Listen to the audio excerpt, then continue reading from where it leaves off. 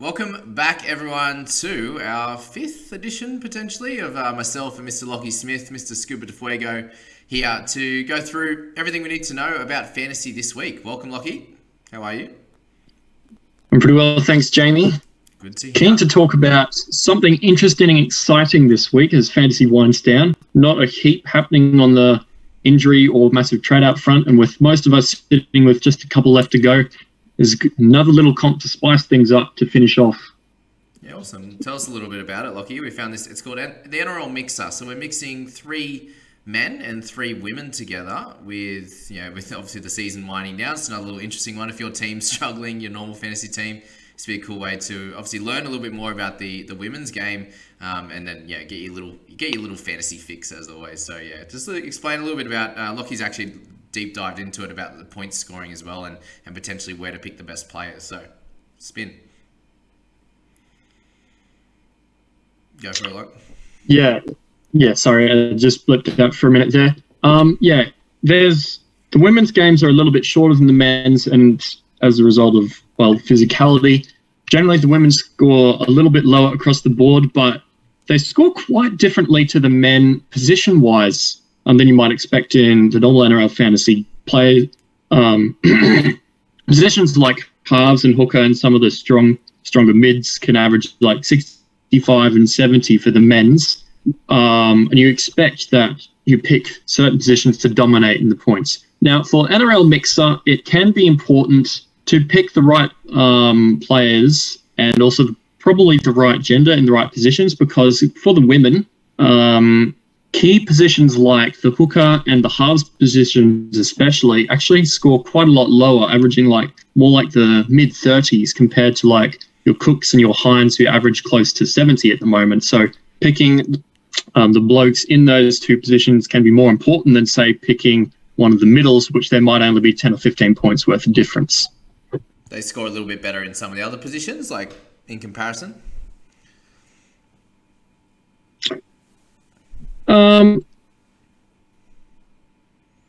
In some of them, it's pretty close. We looked at a handful of players from women's in most positions, and I sort of looked at the ceiling and found around about that the hooker position has a ceiling of around about 35 for the women's.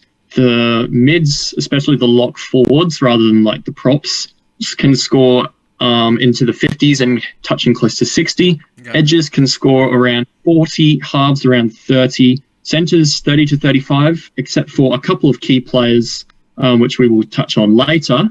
And the wing fullbacks about 40 to 45. So that might seem like, apart from the mid position, they're all pretty similarly scoring. But because of the distribution in the men's scoring, it actually breaks down that there's like a 35-point difference for the hooker position or the 40-point difference for the half position, whereas in the wing fullback versus and the mid position, it's only 10 or 15 points difference. So like Hines is listed as a half in this. There's no dual positions in this, sadly, so you can't use and abuse that. But so for somebody like James Tedesco, who then becomes one of the best wing fullback options, who'll average you a good strong 55 in all likelihood, the women aren't that far behind him in some respects, when some of the players can average 40, 45. Cool. So just be about mixing them in the right way and trying to get you the most advantage of each position, right? Do we know, is there anything that we're playing for on a weekly basis, do we know? Or? The prizes in this aren't quite as good as the regular comp, but they're surprisingly good for just it being a short 7-week comp. From memory, I think it's $500 for the weekly winner, and there's a reasonable amount of prizes down even through like the top 10 and the top 50. Sweet. And for the overall, it's $2,000 cash. So pretty much the same as the main comp, minus the Magic Round Pass and associated other stuff with first place. So it's pretty good pickings, and I don't think as many players will be doing this. And with the spiciness and a lot of people not knowing a lot about the women's comp, it should be really interesting, especially throwing up some lower ownership players, because a lot of people are going to pick the names that they know, like Jess Sergis down there or Tonegato, like the big names that we hear from week to week. So looking past some of the highly picks can be really useful because if you pick a couple of really important, slightly lower ranked or lower ownership players who average really well, can be really important. If you go, say, to the mids. Yep. And where are you? Where are you looking at their statistics? Unfortunately, for the women's comp, it's a lot harder to find the stats. There's no real fantasy site where it breaks it down, or like a footy statistics equivalent. So you have to mainly go through the player profiles to look at how they've scored across the season or across a full season. Yeah, it's mostly meters, tackles, missed tackles, line breaks, tries. So some of the more minor ones are left out, a little bit like tackle breaks sometimes are left out, which can be a big factor for some of the more attacking players. So going back through some of the women's comp actual games from last year, in the last couple of years, looking at the draw and then going down and clicking on player stats can give you a bit of an idea of how the scoring distribution works.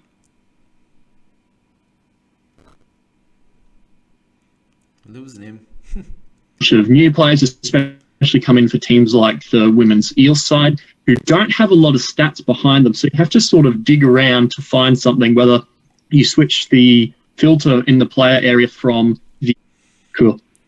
Right, yeah. So players like Kelly from the Roosters, the big tackle-busting centre, surprisingly don't have a player profile for the NRLW, but if you look at her international stats in the player profiles, you can see she's by far head and shoulders one of the best players in her position, averaging close to 50 for the women's centre position compared to some of the others, which are mostly averaging around the 30-35 mark. So the centre is a really good one to pick a woman. Jess Sergis is up there. She's averaging in the mid-30s, but slightly less owned. Kelly down there is probably your going to pick a women's centre. Oh, there you go. Lockie's got his first pick out there now, guys. So we're going to see how Kelly goes. So really what you're getting at is if you're going to put in a little bit of work in this during this week, which, if you're not making any trades, you can spend a bit of time on this. There's actually some decent prizes available, and you can have some fun, really. Yeah. Sounds pretty good to me. Do you want to talk much more about it, or any other bits and pieces? Or you want to not give away all your secrets and try and win it yourself? Yeah, a little bit, but just there's a couple of women's forwards that are really good. If you pick a lock forward rather than a prop, they'll generally score quite a lot better. Whereas in the men's, you've got your Payne Haas's and stuff who can match it with like your Cam Murray's pretty much. So picking people like Millie Boyle, Taufa and Brill are all really good picks, although you can see because everybody knows Millie Boyle's name, she's about 15 times as highly owned than anybody else for the women's. So depending how you want to go with that, whether you want to follow the crowd or pick something a little bit less owned. Yeah, that's the thing. There's usually one or two that seem to be well known, and then the rest of them, if you can have a little quick look at a few of the guys that are a little bit less owned stats wise, you might be able to find a little bit of a pod and try and win. I like that. It's a few that are very highly owned, aren't they? What have we got? Hooking position. Yeah, not many hookers well known. Wing fullback. Yeah, so really two, three that are known. Interesting, and that's going based on the team a lot of the time, right? If the team is doing really well, you probably want to jump on a few of those players as well. Yeah, especially for some of the people that are attacking players like Tonagato. Especially if players have moved from a dominant team to a less dominant team, or a less dominant team to a more dominant team, their stats might be in for a good change or a big change. So looking at some of the player transfers might be really important with determining how much you reckon they'll score this year, especially if they've moved from a really big, really dominant club for the women's, like the Broncos, to a lesser team. That's fair. And is it just a completely different team each and every week as well, considering there's finals, I'm assuming? Yeah, it's a little bit like draft does. It goes through the finals. You pick up a new team every week. You can basically call it unlimited trades. Sweet. So you can make it very much matchup based. So this week I'm picking a lot of Roosters with them playing Tigers and stuff like that. Okay. Yeah, it's very matchup based because you can change your team so much. each week. Yeah, that'll be a bit of fun. I'm gonna have a crack. We'll review how we went next week. Hey, we'll make it a weekly thing. Check in and see how both of our teams go and where we rank. I'll jump in and have a crack at that tomorrow and do a little bit of research. I don't reckon I'll be doing as much as you, Lock, but we'll see how we go. Hey, that'll be fun. And I wish all you guys luck watching as well. We'll jump in and have a look at the old people squad now. Let's just have a little debrief, Lock, because this is obviously we run this team and with the people obviously making the decisions. But how have you seen us go the last like sort of 6 to 8 weeks? Even 10 weeks, been a bit of a struggler. Hey, where do you see us finishing up? Where do you see us ranking? And I suppose just a general chat about the team. Yeah, it's been a bit of a sad last month and a half since about probably the first Origin, with all the outs and the trades around that round 13, 14 area. We hit a few duds and missed a few really key players, and it's let us slide quite far now. We're back out at 700. I think we can probably hold on to top 1K given that we're only a few weeks from the end, but it'll have to pick our captains quite well. But missing out on guys like Munster especially will hurt us. And I don't think we'll probably climb back up. I think we'll probably hold or slide back a little bit more. Yeah, we look at round 15 there, we're sitting at 275. So even, that's not too far back. That's a big drop, almost 500 ranks. So yeah, it's very interesting. And only the one trade left, obviously nothing in the bank makes it a little bit tough. I'm just going to, just leave that one for an injury. The current one was nice this week, even though he got moved back to the bench. That was, as soon as I saw that, I was like, of course.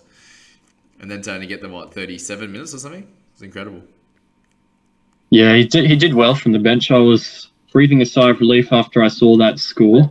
Because, that would have put the nail in the coffin for the people squad if he'd fallen over as well. Yeah, a couple of low scores from players that a lot of people have, like DC and Burton, heard a bit, but more so from the fact that it wasn't like a Munster or something who's been absolutely firing on all cylinders recently and sort of pushing those points out of our reach and moving our ceiling down a little bit from what some of the real top teams can get. So that's where it's really hurting us, not having those final few pieces that can really push us up to a really good score.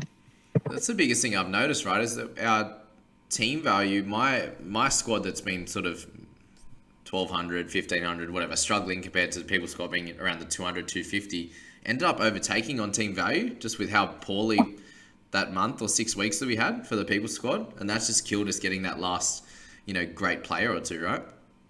Yeah, well, having a salary cap of 13 million versus, say, 13.5 or even pushing up to 14 million, that's the difference between having like a Curran, an Elliott, and a Garrick in your team compared to somebody like a Papali, a Murray, and a Munster, for example. We have most of those, but it really turns those borderline keepers or mid-level keepers to those elite 60-plus scorers, which if your opponents or the other people around you have all of them, you're losing 10 points on position for 2 or 3 spots week to week, and that's eventually going to start bringing you down unless you get really lucky with other players.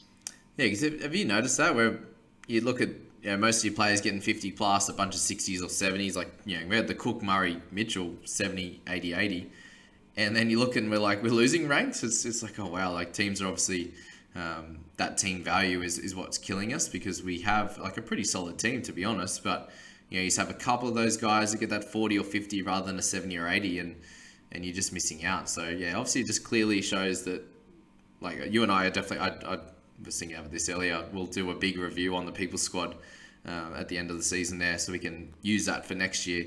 But just showing how important it is to make those correct decisions. Obviously with your starting team, but those decisions to get the mid-rangers are going to make some cash and turn into a keeper, or just getting your cash cows right at the start of the season, which I think we probably did all right at the start and struggled a bit more through the middle, I think. Yeah. But even I think overall, I also think it was like scoring pretty well at the start, but we missed out on a few of those good cash cows, which might have helped us along, like the Josh Kings and stuff that I think we did well picking our interchange and emergencies, like looping and stuff like that. I think we did pretty well with, for the most part.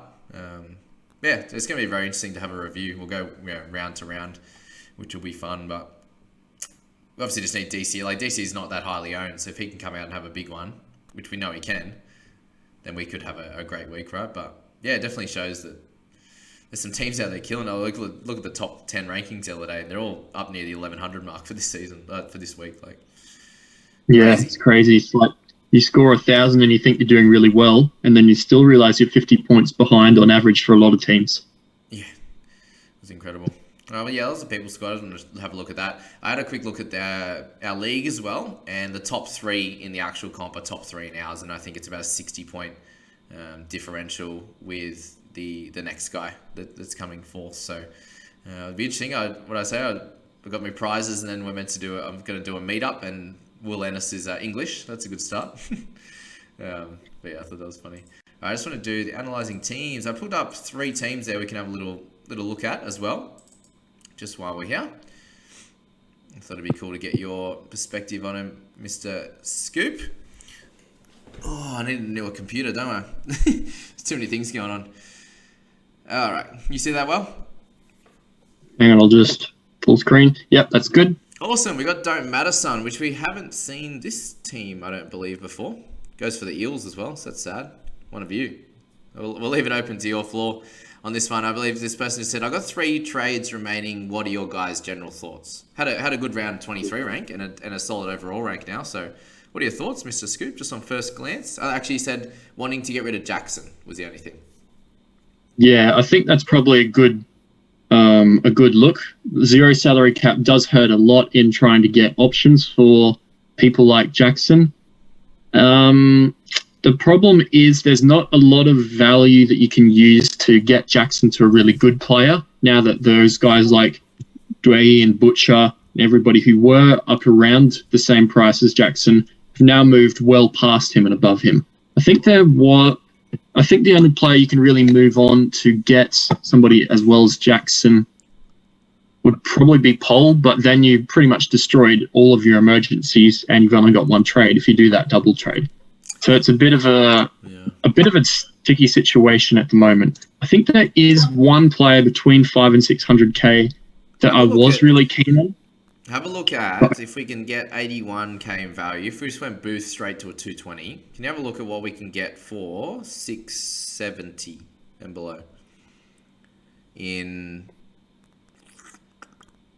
any position? Let's just go any position. We do need 670. We do need centre cover too, but I guess it doesn't matter too much at this point.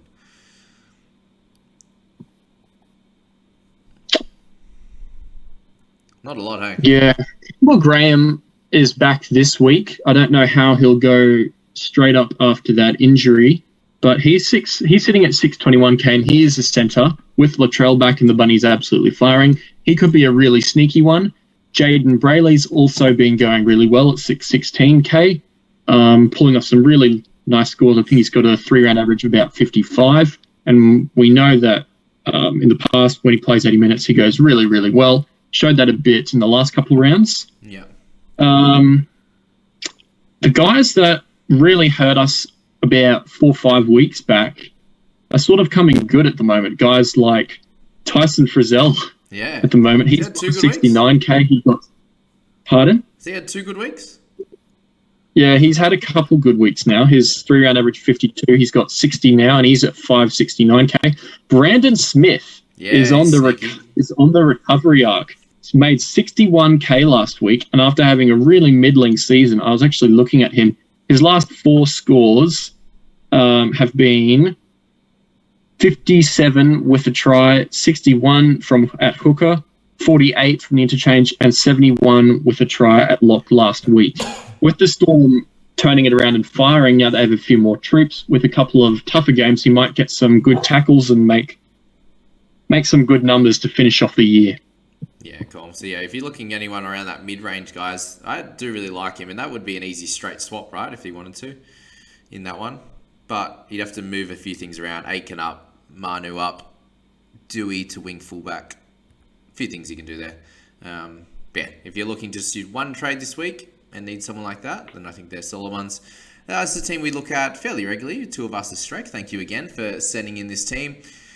All right, so what do we got? 2 trades left. So 70k in the bank. Plans to make 1 trade and hold the final for injuries and suspensions. Trade at options. Josh Jackson, another one. Ruben Garrick and Kohler. Tempted to hold all 3, but with Manly's current form and Jackson not really performing, even though he's back at lock, it seems understandable to trade one of them now. Trade in options. If Garrick gets traded, 677, 661 for Jackson. Options are Butcher, very interesting one. So he must be, what, just above that? 700 or something for Nat? Yeah. Is he that high? Or do you have him in your team? Who? Garrick? Nat Butcher. No, I didn't get on him, unfortunately. I held off because I had too few trades, and he's one of the couple I would have liked to get. What's his price? Yeah, the Manly boys are a bit of a problem at the moment. Hey, ever since a couple of weeks back, they've really just fallen to pieces, really. They lost to the Titans by a lot last week, and that's never a good sign. So DCE, Garrick and Kohler are all suffering a lot because of it. So if you want to move on one of Garrick or Kohler, I actually don't mind that. But with 2 trades left, it is a little bit tough. Would he just go Jackson straight to Butcher? You happy with that?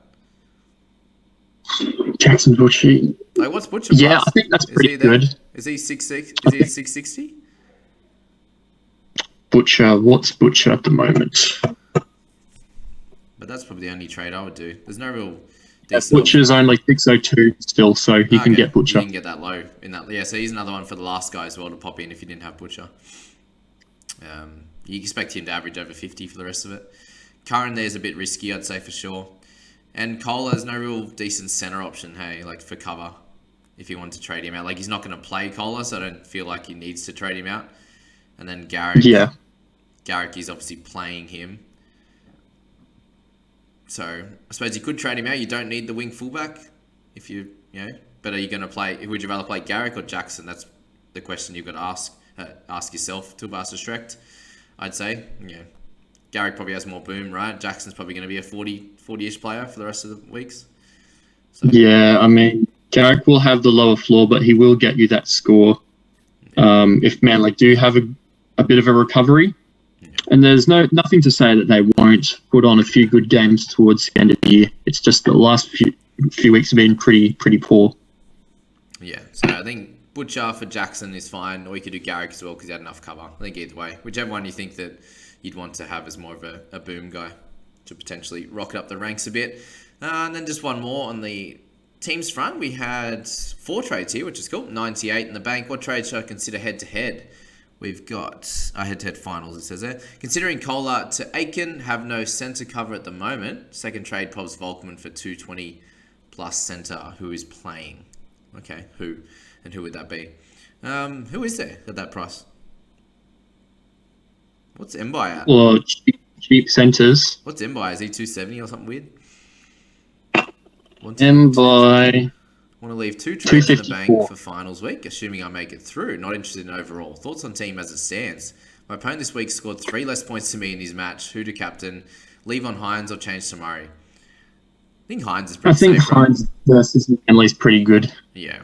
Especially at the moment. Look, yeah, his team is really, really good apart from his back line. Kohler, Targa, and Savage, all 3 of those in your starting team isn't going to do you any favours. So I think getting in somebody like Aitken or even Campbell Graham, who I was mentioning earlier, would be really good. Manu and Burton too expensive to probably get in at this stage with a few trades remaining and nobody to really double upgrade to get there without hurting the team. I'd really consider playing Dewey in your back line and then probably having RFM on the bench and Savage in your emergencies. I think that'd do a little bit better. Yep. And then definitely upgrading a centre, because having those 2 weak centres will hurt you when most people have got at least 2 out of 3 of Aitken, Burton and Manu. Do you try and downgrade Pole or something like that? Is that what we're thinking? To then upgrade to get a better centre? I think that's probably almost 280 to upgrade Tungo or Collar?